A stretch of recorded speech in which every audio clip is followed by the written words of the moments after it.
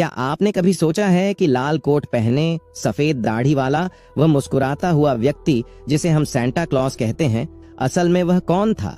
क्या वह केवल एक काल्पनिक चरित्र है या उसके पीछे कोई सच्ची कहानी छिपी है? आज मैं आपको कोई बच्चों की कहानी नहीं, बल्कि इतिहास, विश्वास और बलिदान से भरी एक सच्ची कहानी सुनाने जा रहा हूँ। यह कहानी है एक अनाथ बालक की, एक कैदी की, एक ऐसे व्यक्ति की जिसने अंधकार में भी मसीह का प्रकाश नहीं छोड़ा। आज आप जानेंगे कि सेंटा क्लॉज वास्तव में कौन था, वह क्यों बच्चों से इतना प्रेम करता था और क्यों उसकी कहानी आज भी हमारी आत्मा को चुनौती देती है। तो बने रहिए वीडियो के अंत तक, क्योंकि यह कहानी क्रिसमस को देखने का आपका नजरिया ही बदल देगी। तो चलिए वीडियो को शुरू करते हैं। 3री शताब्दी के मध्य में तुर्की के पटारा नामक शहर में एक धनी परिवार में एक बालक का जन्म हुआ। उसका नाम रखा गया निकोलस, जिसका अर्थ है लोगों का विजेता। लेकिन उस छोटे से बच्चे को क्या पता था कि उसका जीवन कितनी जल्दी बदल जाएगा। जब निकोलस मात्र 10 वर्ष के थे, तब उनके शहर में एक भयंकर महामारी फैल गई। लोग एक एक करके मरने लगे और फिर एक दिन निकोलस के माता पिता भी इस महामारी की चपेट में आ गए। छोटे निकोलस ने अपनी माता को तड़पते देखा, अपने पिता को पीड़ा में देखा। उन्होंने प्रार्थना की, गिड़गिड़ाया, लेकिन कुछ दिनों में ही दोनों इस संसार को छोड़ गए। रात के अंधेरे में अकेले कमरे में निकोलस ने पहली बार जीवन की क्रूरता को महसूस किया।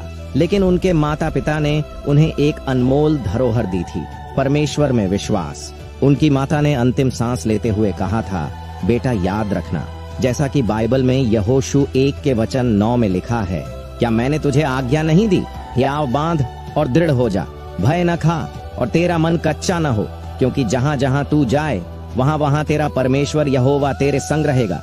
उस रात आंसुओं से भीगे तकिए पर सिर रखकर निकोलस ने एक प्रतिज्ञा ली।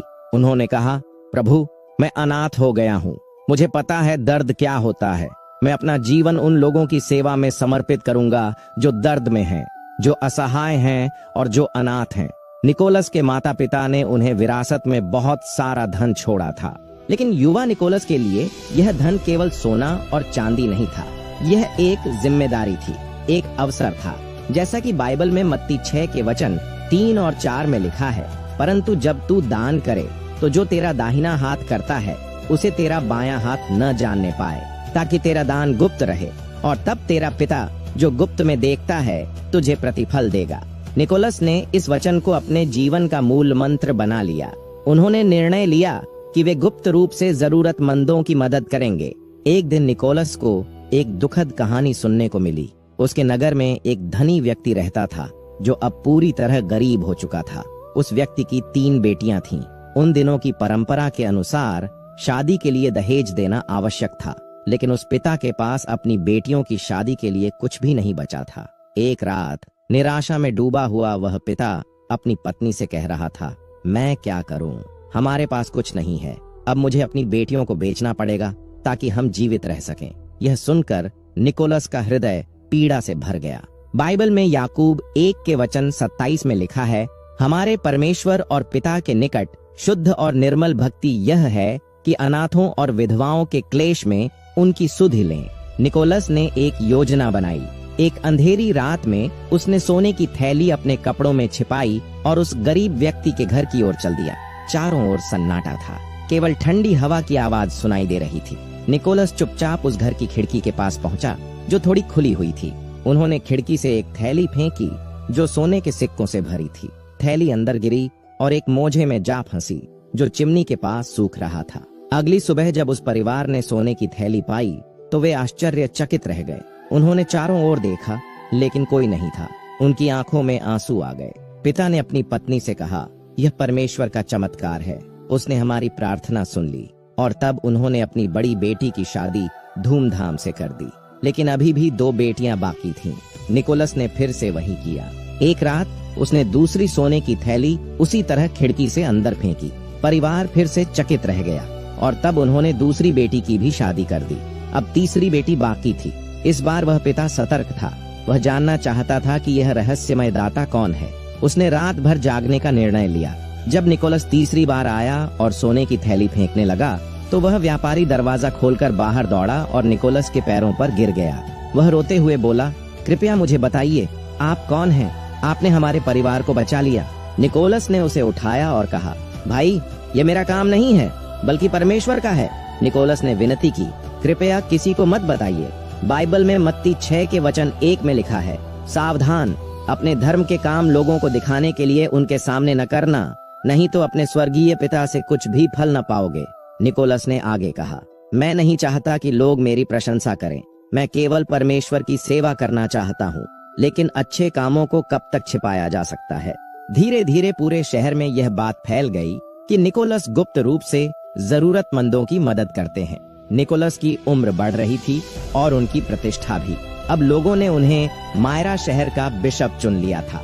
लेकिन यह शांति का समय नहीं था। उन दिनों रोमन साम्राज्य में मसीहियों पर भयानक अत्याचार हो रहे थे। सम्राट डायोक्लेशियन ने मसीहियों को मारने का आदेश दे रखा था। हर जगह भय और आतंक का माहौल था। चर्च जलाए जा रहे थे, बिशपों को कैद किया जा रहा था और विश्वासियों को प्रताड़ित किया जा रहा था। निकोलस अब मायरा का बिशप था। वह जानता था कि उसकी जान खतरे में है, लेकिन उसने अपने विश्वास को नहीं छोड़ा। बाइबल में मत्ती 5 के वचन 10 से 12 में लिखा है, धन्य हैं वे जो धार्मिकता के कारण सताए जाते हैं, क्योंकि स्वर्ग का राज्य उन्हीं का है। धन्य हो तुम जब मनुष्य मेरे कारण तुम्हारी निंदा करें और सताएं और झूठ बोल बोल कर तुम्हारे विरोध में सब प्रकार की बुरी बात कहें। आनंदित और मगन हो, क्योंकि तुम्हारे लिए स्वर्ग में बड़ा फल है। एक दिन रोमन सैनिक मायरा नगर में आए। सम्राट के आदेश के अनुसार घोषणा की गई कि सभी मसीही रोमन देवताओं के सामने बलि चढ़ाए और सम्राट को प्रभु माने।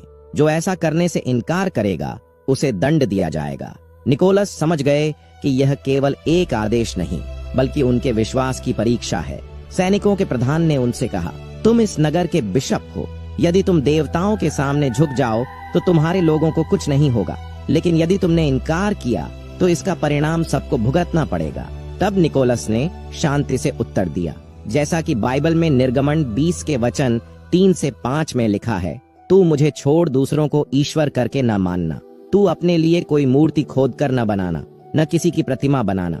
तू उनको दंडवत न करना और न उनकी उपासना करना। निकोलस ने कहा, मैं केवल एक सच्चे परमेश्वर की आराधना करता हूँ। यह सुनते ही सैनिकों ने क्रोधित होकर निकोलस को बंदी बना लिया। उन्होंने उसे बेड़ियों में जकड़ लिया और एक अंधेरी कोठरी में बंद कर दिया। कोठरी में इतना अंधेरा था कि उसे अपना हाथ भी नहीं दिखाई देता था। दीवारें नम थीं और चारों ओर से सड़ांध की बदबू आ रही थी। भूख और प्यास ने उसे तड़पा दिया था, लेकिन निकोलस ने हार नहीं मानी। उसने प्रार्थना करना शुरू किया। उसने भजन गाना शुरू किया। बाइबल में फिलिपियों 4 के वचन 12 और 13 में प्रेरित पौलुस ने कहा है, मैं दीन होना भी जानता हूँ और बढ़ती में रहना भी जानता हूँ। हर एक बात और सब दशाओं में तृप्त रहना, भूखा रहना और बढ़ती और घटी दोनों में मैंने सीख लिया है। जो मुझे सामर्थ्य देता है उसमें मैं सब कुछ कर सकता हूँ। कई महीने बीत गए। निकोलस की दाढ़ी बढ़ गई। उसका शरीर कमजोर हो गया, लेकिन उसका विश्वास और भी मजबूत होता गया। वह जानता था कि परमेश्वर उसके साथ है। अब कारागार में निकोलस का 5वां वर्ष चल रहा था। एक रात कारागार में एक अजीब घटना हुई। निकोलस गहरी नींद में थे, तभी उन्हें एक स्वप्न आया। उन्होंने देखा कि प्रभु यीशु उनके पास आए और कहा, निकोलस, तुमने मेरे लिए बहुत कष्ट सहे हैं। तुम्हारी सेवा व्यर्थ नहीं जाएगी। अगले ही दिन सुबह एक आश्चर्यजनक खबर आई। रोमन सम्राट डायोक्लेशियन का शासन समाप्त हो गया था। नए सम्राट कॉन्स्टेंटाइन ने मसीहियों पर हो रहे अत्याचारों को रोक दिया। जिन लोगों को केवल यीशु पर विश्वास करने के कारण कैद किया गया था, उन्हें आजादी मिलने लगी। उसी आजादी के साथ निकोलस भी जेल से बाहर आए। जब निकोलस कारागार से बाहर आया तो उसके चेहरे पर एक अद्भुत शांति थी। लोगों ने उससे पूछा, बिशप निकोलस, आपने इतनी पीड़ा कैसे सहन की? तब निकोलस ने मुस्कुराते हुए कहा, जैसा कि बाइबल में रोमियो 8 के वचन 18 में लिखा है, क्योंकि मेरी समझ में वर्तमान समय के दुख और क्लेश उस महिमा के सामने जो हम पर प्रकट होने वाली है कुछ भी नहीं है। निकोलस ने आगे कहा, परमेश्वर ने मुझे शक्ति दी और उसी ने मुझे बचाया। 325 ईस्वी में सम्राट कॉन्स्टेंटाइन ने नाइसिया नगर में एक महान धार्मिक महासभा का आयोजन किया। पूरे रोमन साम्राज्य से बिशप और धर्मगुरु वहां इकट्ठा हुए। इस सभा का उद्देश्य चर्च में फैल रही गलत शिक्षाओं को रोकना और सच्चे विश्वास की रक्षा करना था। उन दिनों एरियस नामक एक धर्मगुरु यह सिखा रहा था कि यीशु मसीह परमेश्वर नहीं है, बल्कि केवल परमेश्वर की एक सृष्टि है। यह शिक्षा बाइबल के स्पष्ट वचनों के विरुद्ध थी, क्योंकि बाइबल में यूहन्ना 1 के वचन 1 में लिखा है, आदि में वचन था और वचन परमेश्वर के साथ था और वचन परमेश्वर था। और यूहन्ना 1 के वचन 14 में लिखा है, और वचन देहधारी हुआ और अनुग्रह और सच्चाई से परिपूर्ण होकर हमारे बीच में डेरा किया। जब महासभा में एरियस ने अपनी शिक्षा को दोहराया तो निकोलस ने उसका खुलकर विरोध किया। सत्य के प्रति उसका प्रेम इतना गहरा था कि वह चुप न रह सका। कुछ ऐतिहासिक वृत्तांतों के अनुसार निकोलस का विरोध इतना तीव्र हो गया कि उसने एरियस को थप्पड़ मार दिया। यह देखकर अन्य बिशप चकित रह गए। कहा जाता है कि इसके कारण निकोलस को कुछ समय के लिए पद से हटा दिया गया और कैद में डाल दिया गया। परंपराओं के अनुसार उसी रात कुछ बिशपों ने एक समान स्वप्न देखा, जिसमें प्रभु यीशु मसीह निकोलस को उसके बिशप के वस्त्र लौटाते हुए दिखाई दिए। अगली सुबह इस घटना को सत्य के लिए निकोलस के उत्साह के रूप में समझा गया और उसे मुक्त कर दिया गया तथा उसका पद वापस कर दिया गया। बाइबल में यहूदा 1 के वचन 3 में लिखा है, तुम उस विश्वास के लिए पूरा यत्न से लड़ो जो पवित्र लोगों को एक ही बार सौंपा गया था। निकोलस ने यही किया। उसने सत्य के लिए संघर्ष किया और परमेश्वर ने उसे सम्मानित किया। 5वीं और 6वीं शताब्दी की चर्च पुस्तकों के अनुसार मायरा नगर में लौटने के बाद निकोलस ने देखा कि शहर की हालत बहुत खराब हो गई थी। लंबे समय से पड़े अकाल के कारण लोग भूख से मर रहे थे, बच्चे सड़कों पर भटक रहे थे, माता पिता लाचार थे और घरों में चूल्हे ठंडे पड़े थे। उसी समय निकोलस को पता चला कि समुद्र के किनारे कई जहाज खड़े हैं जिनमें गेहूं भरा हुआ है। ये जहाज सम्राट के लिए अनाज लेकर जा रहे थे। यह सुनते ही निकोलस बंदरगाह की ओर चले गए। जब उन्होंने जहाज के कप्तान से बात की तो कप्तान बोला, बिशप निकोलस, मैं आपकी परेशानी समझता हूँ, लेकिन यह अनाज सम्राट के लिए है। यदि एक भी बोरी कम हुई तो मेरी जान खतरे में पड़ जाएगी। तब निकोलस ने पूरे विश्वास के साथ कहा, जैसा कि बाइबल में फिलिप्पियों 4 के वचन 19 में लिखा है, और मेरा परमेश्वर अपने उस धन के अनुसार जो महिमा सहित मसीह यीशु में है तुम्हारी हर एक घटी को पूरा करेगा। निकोलस ने आगे कहा, मुझे विश्वास है कि परमेश्वर आपकी रक्षा करेगा। कृपया इन भूखे लोगों की सहायता कीजिए। कप्तान कुछ देर सोचता रहा। उसने निकोलस की आंखों में विश्वास और करुणा देखी। अंत में वह मान गया। प्रत्येक जहाज से कुछ कुछ बोरियां उतार ली गईं। निकोलस ने वह अनाज शहर के गरीबों में बांट दिया। भूखे बच्चों को रोटी मिली, विधवाओं को भोजन मिला और अनाथों को सहारा मिला। मायरा नगर में फिर से जीवन लौटने लगा। और तब एक अद्भुत घटना घटी। जब वे जहाज सम्राट के दरबार में पहुंचे और अनाज को तौला गया तो पता चला कि एक भी बोरी कम नहीं थी। जितना अनाज जहाजों में पहले था उतना ही अब भी मौजूद था। जब कप्तान को यह समाचार मिला तो उसकी आंखों से आंसू बहने लगे। उसने कहा, सचमुच निकोलस का परमेश्वर ही सच्चा परमेश्वर है। निकोलस का पूरा जीवन दूसरों की सेवा में बीता। वह गुप्त रूप से गरीबों की मदद करता था। वह बच्चों से बहुत प्यार करता था। बाइबल में मत्ती 18 के वचन 5 में यीशु ने कहा है, और जो कोई मेरे नाम से एक ऐसे बालक को ग्रहण करता है वह मुझे ग्रहण करता है। निकोलस जानता था कि बच्चों से प्यार करना यीशु से प्यार करने के समान है। उसने अपना जीवन इसी सिद्धांत पर जिया, लेकिन उसकी सबसे बड़ी शिक्षा थी गुप्त रूप से देना। वह नहीं चाहता था कि लोग उसकी प्रशंसा करें। वह चाहता था कि सारी महिमा केवल परमेश्वर को मिले। बाइबल में 1 कुरिन्थियों 13 के वचन 3 में लिखा है, और यदि मैं अपनी समस्त संपत्ति कंगालों को खिला दूं या अपनी देह जलाने के लिए दे दूं और प्रेम न रखूं तो मुझे कुछ भी लाभ नहीं। निकोलस का प्रेम वास्तविक था। यह दिखावे का प्रेम नहीं था। यह यीशु मसीह के प्रेम से प्रेरित था। 343 ईस्वी में 6 दिसंबर को बिशप निकोलस इस संसार से विदा हो गए। ऐसा माना जाता है कि उन्होंने अपना जीवन परमेश्वर को समर्पित प्रार्थना के साथ पूरा किया। निकोलस की मृत्यु के बाद उसकी कहानी पूरे विश्व भर में फैल गई। लोगों ने उसके जीवन से प्रेरणा ली। सदियों बाद उसकी स्मृति में सैंटा क्लॉस की परंपरा शुरू हुई। एक ऐसा व्यक्ति जो गुप्त रूप से बच्चों को उपहार देता है। लेकिन आज बहुत से लोग सैंटा क्लॉज को केवल एक काल्पनिक चरित्र समझते हैं और असली निकोलस को भूल गए हैं। वह व्यक्ति जिसने यीशु मसीह के लिए अपना जीवन समर्पित किया, जिसने सत्य के लिए संघर्ष किया और जिसने चुपचाप प्रेम किया। निकोलस की मृत्यु के बाद लोगों ने उन्हें संत के रूप में सम्मान देना शुरू किया, लेकिन उनकी असली विरासत कोई उपाधि नहीं थी, बल्कि प्रेम, करुणा और गुप्त दान का वह जीवन था जिसे उन्होंने जिया। समय बीतती गई, निकोलस की कहानी एक पीढ़ी से दूसरी पीढ़ी तक पहुंचती रही। लोगों ने उनकी याद में 6 दिसंबर को उनकी पुण्य तिथि पर बच्चों को उपहार देना शुरू किया, ताकि वे दया और बांटने का अर्थ समझ सकें। डच लोगों ने उन्हें सिंटरक्लास कहा। जब डच लोग अमेरिका गए तो यह नाम बदलकर सैंटा क्लॉज हो गया। लाल वस्त्र, सफेद दाढ़ी और बच्चों के लिए उपहार लाने की कहानी, ये सब संत निकोलस की स्मृति में बनाया गया। लेकिन समय के साथ कुछ खो गया। लोग उपहारों को तो याद रखते हैं, लेकिन उस प्रेम को भूल जाते हैं जिसने निकोलस को प्रेरित किया। लोग सैंटा क्लॉज को तो याद रखते हैं, लेकिन उस विश्वास को भूल जाते हैं जिसने निकोलस को जीवित रखा। आज जब हम क्रिसमस मनाते हैं तो हमें याद रखना चाहिए कि सैंटा क्लॉज की असली कहानी क्या है। यह केवल उपहारों की कहानी नहीं है, बल्कि विश्वास, प्रेम और बलिदान की कहानी है। निकोलस ने हमें सिखाया, जो कि बाइबल में प्रेरितों के काम 20 के वचन 35 में लिखा है, और सब बातों में तुम्हें उदाहरण दे दिया कि इस रीति से परिश्रम करते हुए निर्बलों को संभालना और प्रभु यीशु की बातें स्मरण रखना अवश्य है कि उसी ने कहा है, लेने से देना धन्य है। उसने यह बात केवल कही नहीं, बल्कि अपने जीवन से जी कर दिखाई। क्या आप जानते हैं कि आज दुनिया में कितने लोग भूखे सो रहे हैं, कितने बच्चे अनाथ हैं, कितने लोग अकेले और असहाय हैं? संत निकोलस की कहानी हमें चुनौती देती है कि हम केवल कहानी सुनने वाले नहीं, बल्कि करने वाले बने।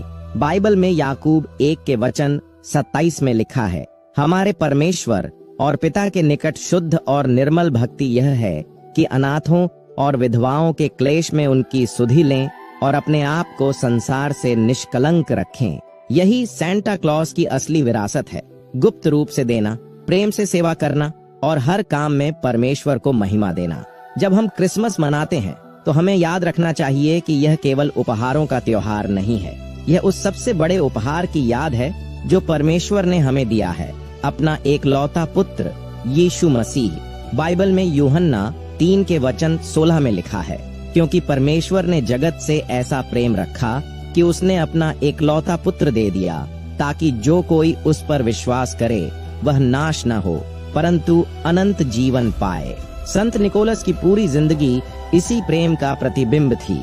उन्होंने समझ लिया था कि यीशु मसीह ने उनके लिए क्या किया है, और उसी समझ ने उन्हें अपना जीवन दूसरों के लिए समर्पित करने की प्रेरणा दी। बाइबल में पहला यूहन्ना 3 के वचन 16 से 18 में लिखा है, हमने प्रेम इसी से जाना कि उसने हमारे लिए अपने प्राण दे दिए, और हमें भी भाइयों के लिए प्राण देना चाहिए। परंतु जिस किसी के पास संसार की संपत्ति हो और वह अपने भाई को कंगाल देखकर उस पर तरस न खाए, तो उसमें परमेश्वर का प्रेम कैसे बना रह सकता है? हे बालकों, हम वचन और जीभ ही से नहीं, परंतु काम और सच्चाई से प्रेम करें। यही है असली क्रिसमस का अर्थ। केवल लेना नहीं, बल्कि देना। केवल कहना नहीं, बल्कि करना। केवल उत्सव नहीं, बल्कि प्रेम से भरा हुआ जीवन। आज जब आप इस कहानी को सुन रहे हैं तो मैं आपको एक चुनौती देना चाहता हूँ। संत निकोलस की तरह बनिए। मेरा मतलब यह नहीं है कि आप लाल कोट पहने या सफेद दाढ़ी रखें। मेरा मतलब है कि एक व्यक्ति को गुप्त रूप से मदद करें। किसी ऐसे व्यक्ति को खोजें जो जरूरत में है और उसकी मदद करें, बिना यह बताए कि आपने यह किया है, क्योंकि सच्चा दान वही है जो दिखावे से नहीं, प्रेम से दिया जाए। बाइबल में इब्रानियों 13 के वचन 16 में लिखा है, परंतु भलाई करना और उदारता न भूलो, क्योंकि परमेश्वर ऐसे बलिदानों से प्रसन्न होता है। दूसरी चुनौती, अनाथों और विधवाओं की सुधि लें। क्या आपके आसपास कोई ऐसा है जो अकेला है? कोई ऐसा जो अपनी जिम्मेदारियों और दुखों के बोझ से दबा हुआ है? उनका बोझ हल्का करें, क्योंकि यही मसीह की चाल है। बाइबल में गलातियों 6 के वचन 2 में लिखा है, तुम एक दूसरे के भार उठाओ और इस प्रकार मसीह की व्यवस्था को पूरी करो। तीसरी चुनौती, एक बच्चे को प्रोत्साहित करें। किसी बच्चे को बताएं कि वे कितने खास हैं। उसे बताइए कि परमेश्वर उससे प्रेम करता है और उसका जीवन उद्देश्य से भरा है। बाइबल में मत्ती 19 के वचन 14 में लिखा है, यीशु ने कहा, बालकों को मेरे पास आने दो और उन्हें मना न करो, क्योंकि स्वर्ग का राज्य ऐसों ही का है। निकोलस की कहानी हमें सिखाती है कि एक व्यक्ति भी दुनिया को बदल सकता है।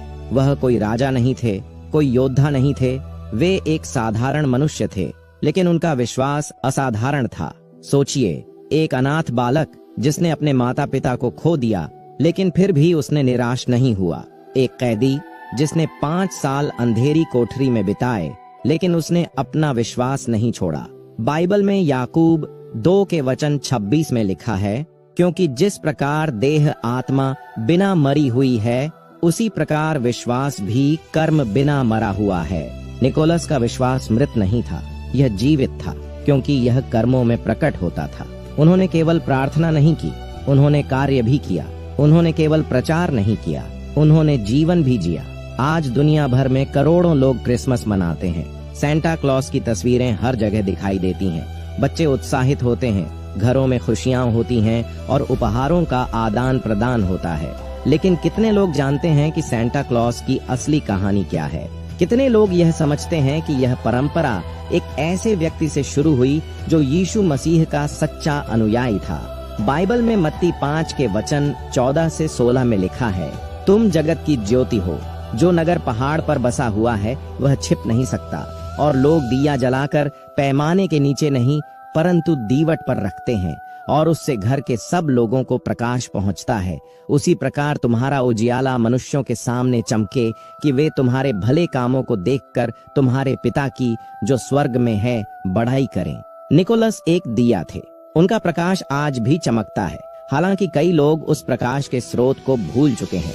तो मेरे भाइयों और बहनों, संत निकोलस की यह कहानी केवल इतिहास की एक घटना नहीं है, यह हमारे लिए एक संदेश है, यह हमारे लिए एक चुनौती है और यह हमारे लिए एक आमंत्रण है। यह संदेश हमें सिखाता है कि प्रेम केवल शब्दों में नहीं बल्कि कर्मों में प्रकट होता है। यह चुनौती हमें बुलाती है कि हम अपने आराम, अपनी सुविधा और अपने स्वार्थ को छोड़कर दूसरों की सेवा करें। और यह आमंत्रण हमें प्रेरित करता है कि हम यीशु मसीह के पद चिन्हों पर चलें। बाइबल में पहला पतरस 2 के वचन 21 में लिखा है, और तुम इसी के लिए बुलाए भी गए हो, क्योंकि मसीह भी तुम्हारे लिए दुख उठाकर तुम्हें एक आदर्श दे गया है कि तुम भी उसके पद चिन्हों पर चलो। निकोलस ने यही किया। उन्होंने मसीह के पद चिन्हों पर चलने का प्रयास किया।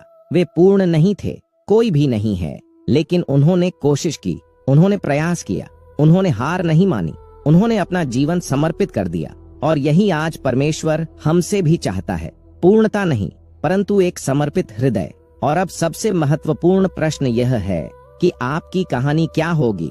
जब आपका जीवन समाप्त होगा तो लोग आपको कैसे याद रखेंगे? क्या वे कहेंगे कि आपने केवल अपने लिए जिया, या वे कहेंगे कि आपने दूसरों के लिए अपना जीवन दे दिया? बाइबल में मत्ती 16 के वचन 25 में लिखा है, क्योंकि जो कोई अपना प्राण बचाना चाहे वह उसे खोएगा, और जो कोई मेरे लिए अपना प्राण खोएगा वह उसे पाएगा। निकोलस ने अपना प्राण दे दिया और उसी में उसने सच्चा जीवन पाया। आज सैकड़ों वर्षों बाद भी लोग उन्हें केवल याद ही नहीं करते बल्कि उनके जीवन से प्रेरणा भी लेते हैं। बाइबल में 2 कुरिन्थियों 9 के वचन 7 में लिखा है, हर एक जन जैसा मन में ठाने वैसा ही दान करे, न कुढ़ के और न दबाव से, क्योंकि परमेश्वर हर्ष से देने वाले से प्रेम रखता है। इसलिए आज इस क्रिसमस के मौसम में जब आप सेंटा क्लॉस को देखें तो संत निकोलस को याद करें। जब आप उपहार दें तो उस प्रेम को याद करें जिसने निकोलस को प्रेरित किया, और सबसे बढ़कर उस सबसे बड़े उपहार को याद करें, यीशु मसीह। बाइबल में 2 कुरिन्थियों 9 के वचन 15 में लिखा है, परमेश्वर के उस वर्णन से बाहर दान के लिए उसका धन्यवाद हो। यही है सेंटा क्लॉस की सच्ची कहानी, एक अनाथ बालक की कहानी जो परमेश्वर के प्रेम से इतना भर गया कि वह दूसरों के लिए एक आशीष बन गया। एक कैदी की कहानी जिसने अंधकार में भी अपना प्रकाश नहीं खोया। एक वृद्ध की कहानी जिसने अपनी अंतिम सांस तक सेवा करना नहीं छोड़ा। और अब यह आपकी बारी है। आप क्या करेंगे? आप किसकी मदद करेंगे?